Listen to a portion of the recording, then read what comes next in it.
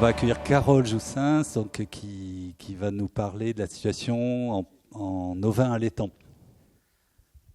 Donc merci Carole Joussens. Donc je suis basée à l'antenne de Toulouse. Je suis dans le service approche sociale travail en élevage.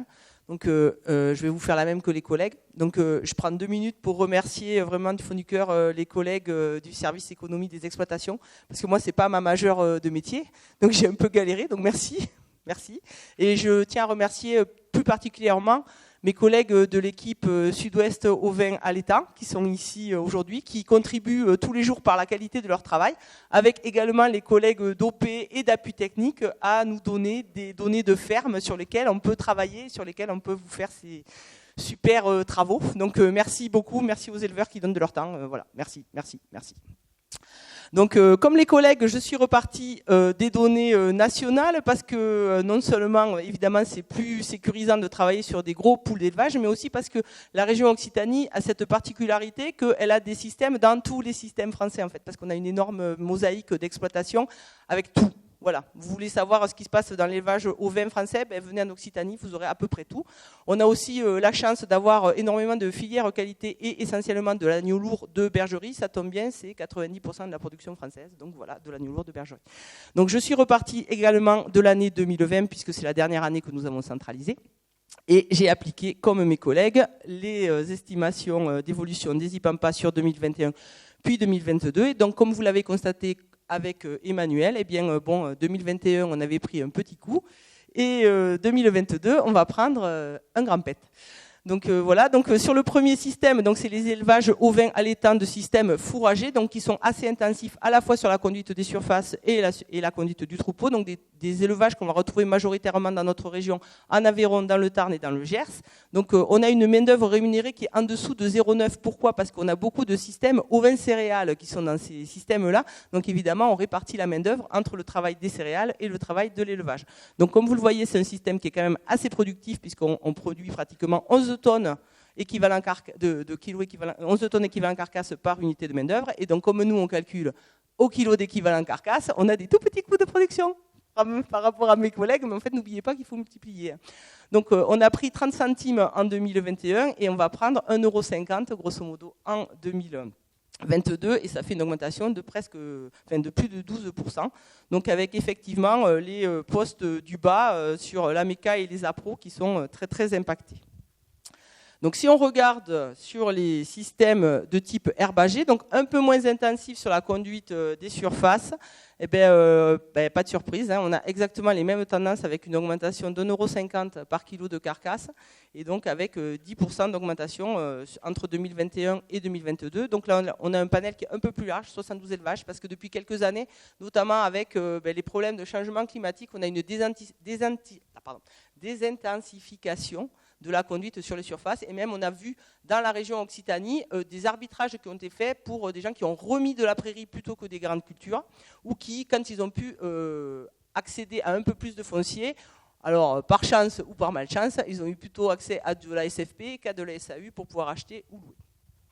Donc on est sur des systèmes quand même qui sont assez productifs aussi, puisqu'on est à peu près à 10 tonnes, et donc des systèmes que vous retrouverez plutôt majoritairement dans le Tarn, l'Aude et l'Aveyron.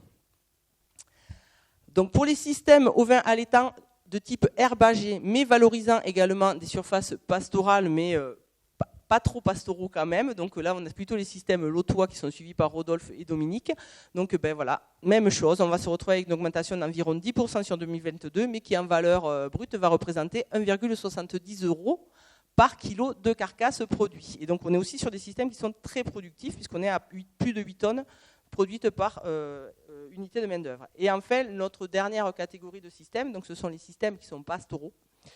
Donc là, qui dépendent énormément de cette ressource herbagère naturelle et spontanée. Donc là, on a 22 élevages au niveau national, donc qui vont se repartir chez nous en Lozère et dans les départements des Pyrénées, et qui sont du coup dans le groupe national avec les collègues de PACA. Donc on est sur des volumes produits par personne qui sont beaucoup moins importants, puisqu'on est à 5 tonnes et demi à peu près par unité de main-d'œuvre. Et là, on a en pourcentage, c'est eux qui sont le moins impactés, ça fait que 9%, mais ça se ramène à plus de 2 € de coûts de production supplémentaires par kilo de carcasse. Donc si on regarde grosso modo l'ensemble de nos systèmes ovins français et occitans, eh bien, les 3 postes principaux qui vont expliquer l'augmentation, c'est aliments achetés, engrais et énergie qui représentent selon les systèmes entre 60 et 70% de l'augmentation des charges totales. Et donc pour les systèmes les plus productifs, on va maintenir l'augmentation ramenée au kilo de carcasse entre 1,50 et 1,70. Mais pour les systèmes qui sont peu productifs et qui donc en plus ont moins de possibilités de diluer les autres charges supplétives telles que l'augmentation du SMIC sur la main-d'œuvre, on va augmenter de 2,16 € par kilo de carcasse. Donc c'est des choses qui sont très importantes. Alors, ce sont des estimations affinées, comme on l'a dit, voilà, il y a eu des arbitrages qui ont été faits cette année. Quand le choix de la thématique a été choisi en début d'année, on était déjà bien assez inquiet avec l'augmentation des prix. On n'avait pas vraiment vu venir qu'on allait en plus se prendre la sécheresse, j'allais dire de l'année, du siècle, de la décennie, on ne sait pas encore, on espère que c'est celle-là, parce que sinon on ne sait pas trop comment on va faire. Donc grosso modo, ramené à l'unité travaillant sur les exploitations agricoles ovines en France, on a plus 12 000 à 16 000 € d'augmentation des coûts de production. Donc heureusement, on a eu une augmentation assez significative depuis quelques années du prix des agneaux et en moyenne cette année ça devrait être autour de 7%, donc avec 50 centimes du kilo, avec quand même des choses qui sont assez variables entre bassins de production. Même si on a un seul label rouge pour tout le monde, c'est pas tout à fait les mêmes prix partout. Donc un chiffre d'affaires agneau qui s'est apprécié entre 2 500 et 5 000 € par UMO dans les exploitations qu'on a testées, mais bon, ramené à 12 000 et 16 000 d'augmentation du coût de production, vous voyez bien que ça ne fait pas tout à fait la jointure.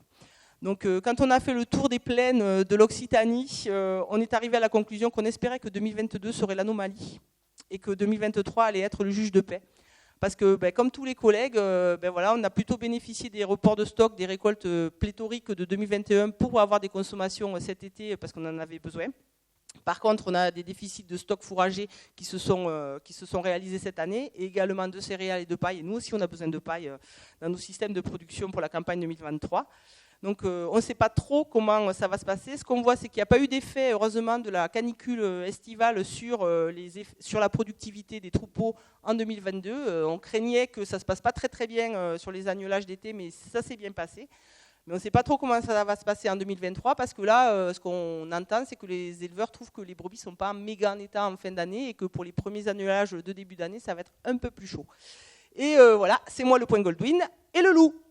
Voilà, parce que si on ne peut plus sortir les animaux non plus, ça va être un peu compliqué. Et voilà, et des adaptations possibles à court terme et moyen terme qui ont été faites, donc avec des gens qui, comme l'a rappelé Aurélie, ceux qui ont eu la trésorerie au bon moment pour acheter leurs engrais quand c'était encore pas trop cher, youpi, maintenant ils sont sous le hangar et en fonction de comment ça va se passer, il va falloir arbitrer entre la céréale et les surfaces fourragères, qu'est-ce qu'on fait, qu'est-ce qu'on récolte, et après comment ça va se passer. Voilà, je vous remercie. Merci Carole. Je vois que tu as réussi à glisser le loup qui s'est invité à cette journée. J'ai oublié l'ours, oui c'est vrai. Et voilà, il y a l'ours aussi. Voilà. Envie de réagir, de compléter les collègues peut-être de l'équipe au vin viande? Est-ce que j'ai dit des bêtises? C'est bon? C'est bien résumé, alors bravo.